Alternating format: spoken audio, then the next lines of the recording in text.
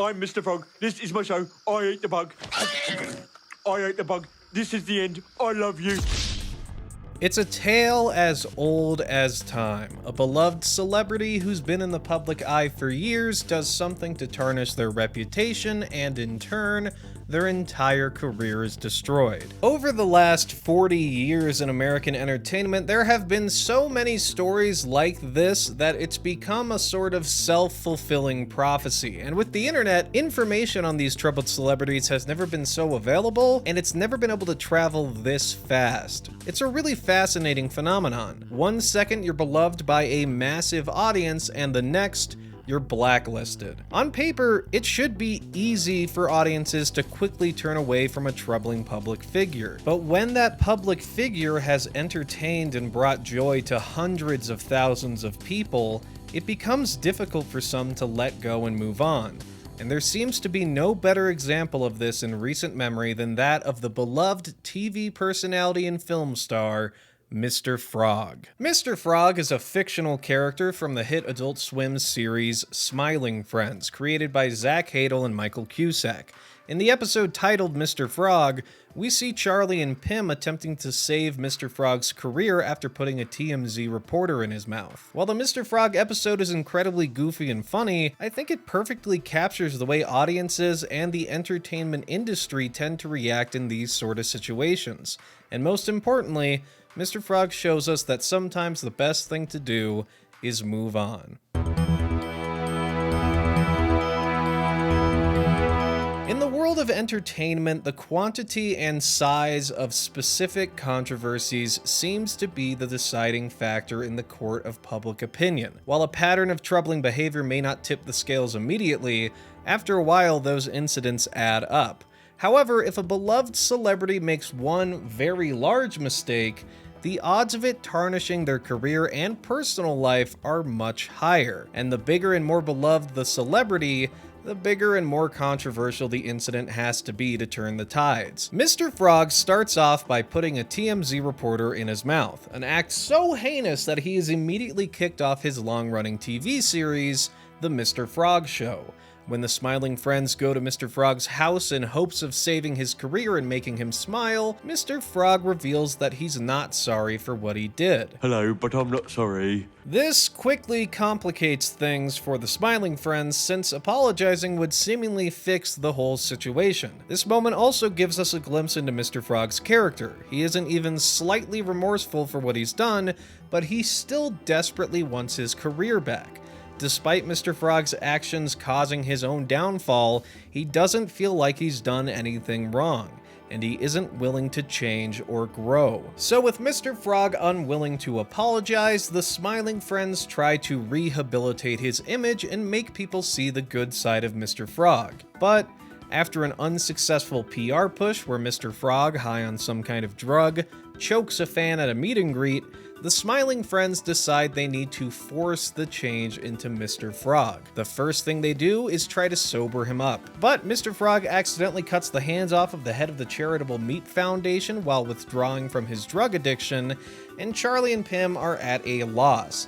They seemingly can't get Mr. Frog under control. Charlie quickly finds a solution though, albeit a pretty bad one. Charlie decides to give Mr. Frog some sleeping pills to mellow him out, and the Smiling Friends send Mr. Frog off to be on The Tonight Show with Jimmy Fallon. After his previous incidents, The Tonight Show seems to be the only platform Mr. Frog has left since he's friends with Jimmy Fallon. But unfortunately for Mr. Frog, he says something so reprehensible and disgusting on The Tonight Show that he gets completely deplatformed. It seems all hope is lost for Mr. Frog, and his show is about to air its first episode with his role recast. But then, Mr. Frog finally realizes that there's only one thing that he can do to really save his image: apologize. Mr. Frog rushes onto the stage at the Mr. Frog Show and apologizes for his actions. And when he's confronted by the producer of the show, who is waving around a contract that shows they've replaced Mr. Frog immediately eats the producer. This action is somehow greeted with thunderous applause, and Mr. Frog's reputation is saved. and he decides to make his own show that he owns 100% of, and the episode ends with a reporter saying he is one of the richest and most powerful people in the entertainment industry and possibly in the world.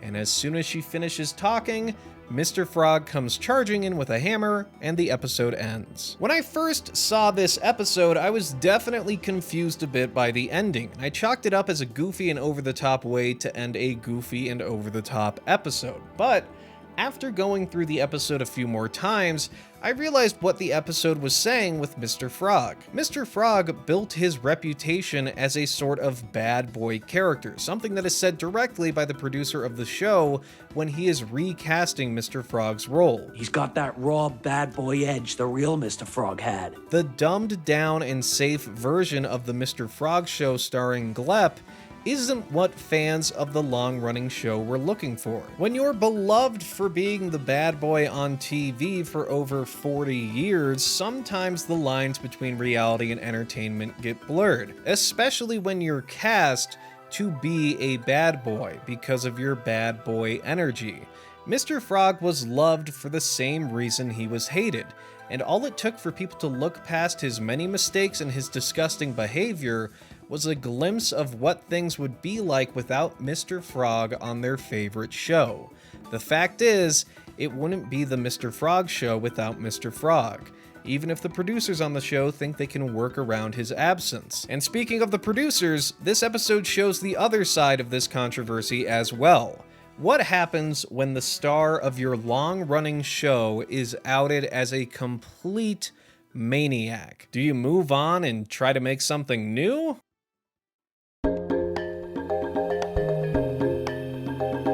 When something goes wrong with a lead character's actor in an entertainment project, Hollywood has no shortage of workarounds.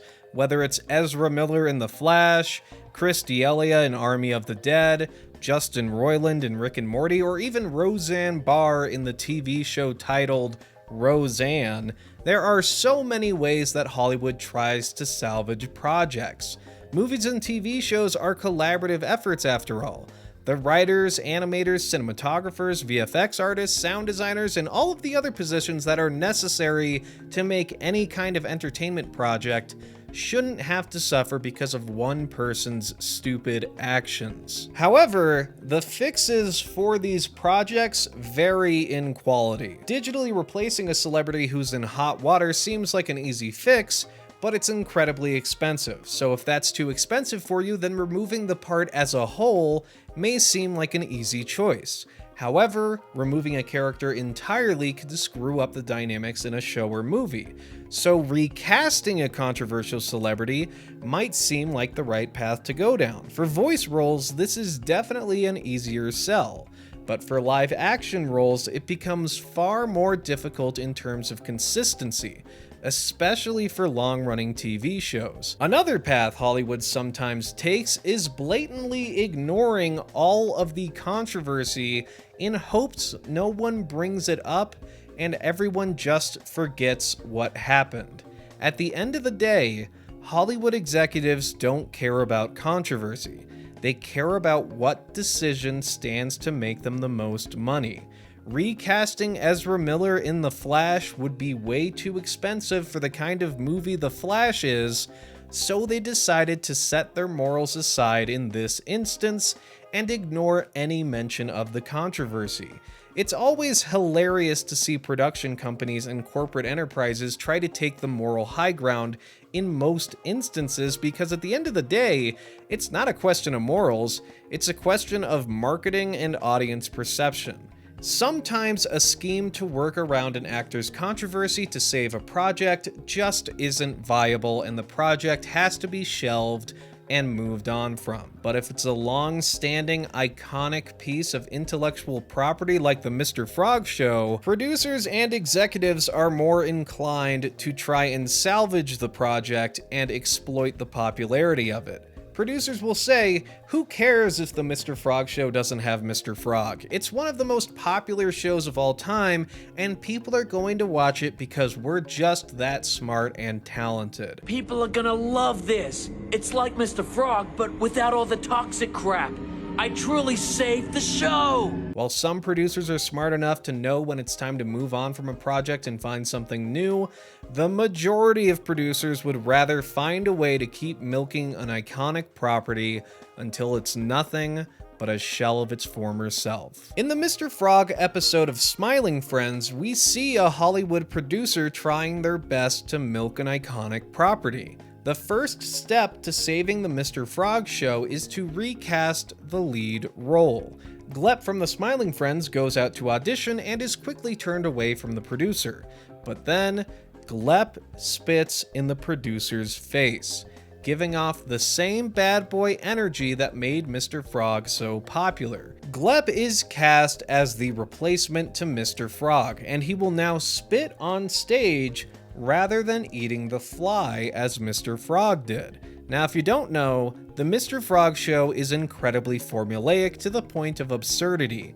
Every episode of the Mr. Frog show features Mr. Frog running in, saying his lines, eating a fly, and saying "I love you." Formulaic content tends to be the only kind of content that can go on for dozens of seasons, especially in adult animation. Formulaic content is familiar, nostalgic, and takes very little risks. And while some would list those aspects as negatives of formulaic content, it's really the only reason formulaic shows go on for so long. Trying to recast and replace a main character in formulaic, long-running entertainment defeats the whole purpose of formulaic content.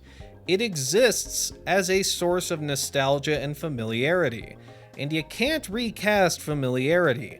If Homer Simpson were to change voices this late into the Simpsons run and his catchphrase "dough" was changed to "aw shoot," it would defeat the entire purpose of keeping the Simpsons running for so long. People want to see what they've seen with formulaic content for nostalgic reasons. They're not necessarily looking for anything new and groundbreaking. That's why, despite ratings and audience favor falling far below what it was 20 years ago, The Simpsons is still going on today. It'd be better to simply move on than to try and change it after so many years. In the same way, continuing the Mr. Frog show without Mr. Frog doesn't seem like a good idea, but Glep finds success at his first table read where his spitting is met with hysterical laughter. Maybe a fresh, new direction for the Mr. Frog show that keeps the same kind of energy and sense of humor won't be so bad. But then, the producer gets involved and tells Glep that he has to stop spitting because it's aggressive and toxic, and it reminds people too much of Mr. Frog. This is an example of a producer not understanding what works about a long-running intellectual property. Despite everyone in the room laughing, the producer is trying to change the show into something that won't work on any level. After all, the audience didn't turn on Mr. Frog because they hated the show. It was because Mr. Frog did something outside of the show that tarnished his reputation. The producer goes even further at the show's first rehearsal where he yells at Glep for being too Frog-esque. The producer doesn't understand the project he's working on, but since he holds all the power now with Mr. Frog gone, he can do whatever he wants. The producer is certain that he has saved the show, and his new take on Mr. Frog will be loved by fans. But when the day comes to shoot the first episode, the producer's changes are met with a score of boos from the audience. The producer is dumbfounded. The studio spent an absurd $250 million on this first episode, and he was certain it was going to work. But the audience hates it, and Mr. Frog is cheered on after his apology when he decides to eat the producer whole. While the story of this episode is absurd and over the top and hilarious, this episode does a great job of showing a growing issue in the entertainment industry. New ideas aren't worth the money because no one knows about them. But old ideas aren't quote-unquote current enough to work in today's market. While there was clearly a version of the Mr. Frog show that worked without Mr. Frog, the producer didn't understand it. The producer made a mistake that's been made countless times over the years in the entertainment industry when it comes to reboots and rehashes of established IP. He tried to dumb down the show into a safer, advertiser-friendly version that wouldn't offend or upset anyone. And in turn, like many others, he made a show that was for everyone and no one at the same time.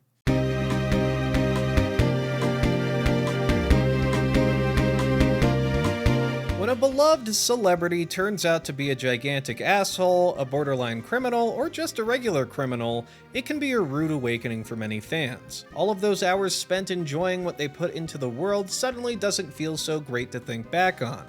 In the worst cases, celebrities can mess up so badly that their entire career is tarnished, and returning to one of their projects for nostalgic purposes comes with a pretty big asterisk. The solution to this problem should be fairly easy. Just don't be a disgusting asshole. But in the case of Mr. Frog, his edginess was part of what made him so popular. The bad boy persona or the anti-hero are the blueprint for some of the most popular characters in American entertainment today. Audiences like characters that have an edge and are morally gray in some way because it makes them more complex than your run-of-the-mill do-gooder. But a character is just a character. In the real world, people are expected to act with a certain level of decency and respect towards others if they want to succeed. Or at least, until they succeed. It's no secret that some of the most elite members of the entertainment industry are some of the slimiest, morally bankrupt people around, and they tend to be incredibly wealthy and powerful. The ending of the Mr. Frog episode gives us a glimpse of what happens with Mr. Frog after he is forgiven by the masses. Mr. Frog leaves his old show behind and instead decides to make his own show outside of the Hollywood structure, now owning 100% of it. The reporter in the episode says that Mr. Frog is now one of the richest and most powerful people on the planet thanks to his new show being so successful. And the last thing we see is Mr. Frog wielding a hammer, attempting to bludgeon the reporter with it. Now that Mr. Frog has enough money and power in the entertainment industry, he doesn't have to worry about his image all that much, and he returns to his maniacal ways. Mr. Frog was always incredibly problematic, and one apology didn't change that. And while this is a comical note for the episode to end on, it's also fairly bleak. Giving people chances to grow and become better is a necessity, and forgiving people when they sincerely apologize is the right thing to do. But it doesn't guarantee that they're actually going to learn from their mistakes. They have to show some kind of growth and maturity after apologizing. And if they can't do that, all we can do is move on. And while Mr. Frog seemingly did the right thing in the episode by apologizing, the fact that he returned to his problematic bad boy self shows that he isn't willing to grow and in turn doesn't deserve a platform. But at this point, it's too late. He's already got the audience and he has the money, and there's nothing anyone can do about it. And while this episode is incredibly goofy and absurd, and the show as a whole, Smiling Friends, is goofy and absurd, it does a great job of breaking down the way American audiences deal with celebrity controversy. The fact is, people like Mr. Frog will keep doing what they're doing so long as people are watching them. And the only true way to get them to stop is to stop watching and move on. It can be difficult to let go of something comforting and entertaining. And it's even more difficult when nostalgia is tied up in the mix.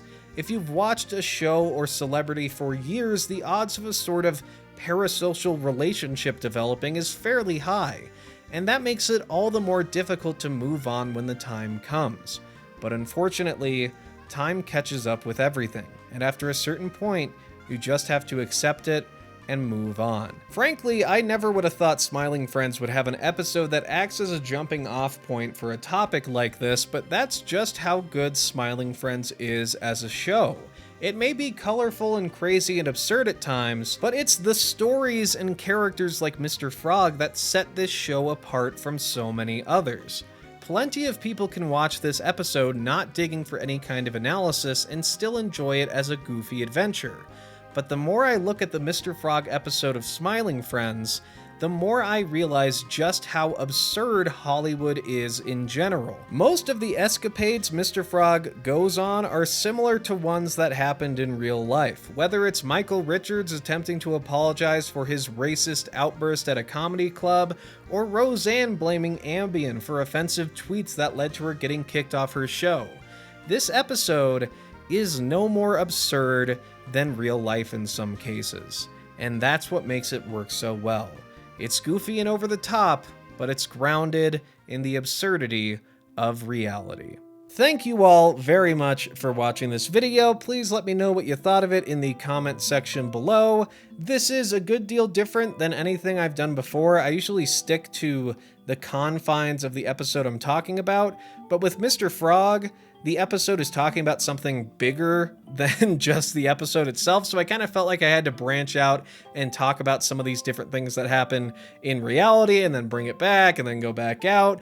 It's a different kind of video. I had a lot of fun putting it together and writing it, and I'm about to start editing it right after I'm done recording this clip, so we'll see how it turns out. Let me know what you think in the comment section below. Like I said, I do try to read every single comment on this channel, so don't be shy. Yours will hopefully not be overlooked. And that's where I'll leave it for right now. Like and subscribe to become a cow, and I will see you all next time. Goodbye.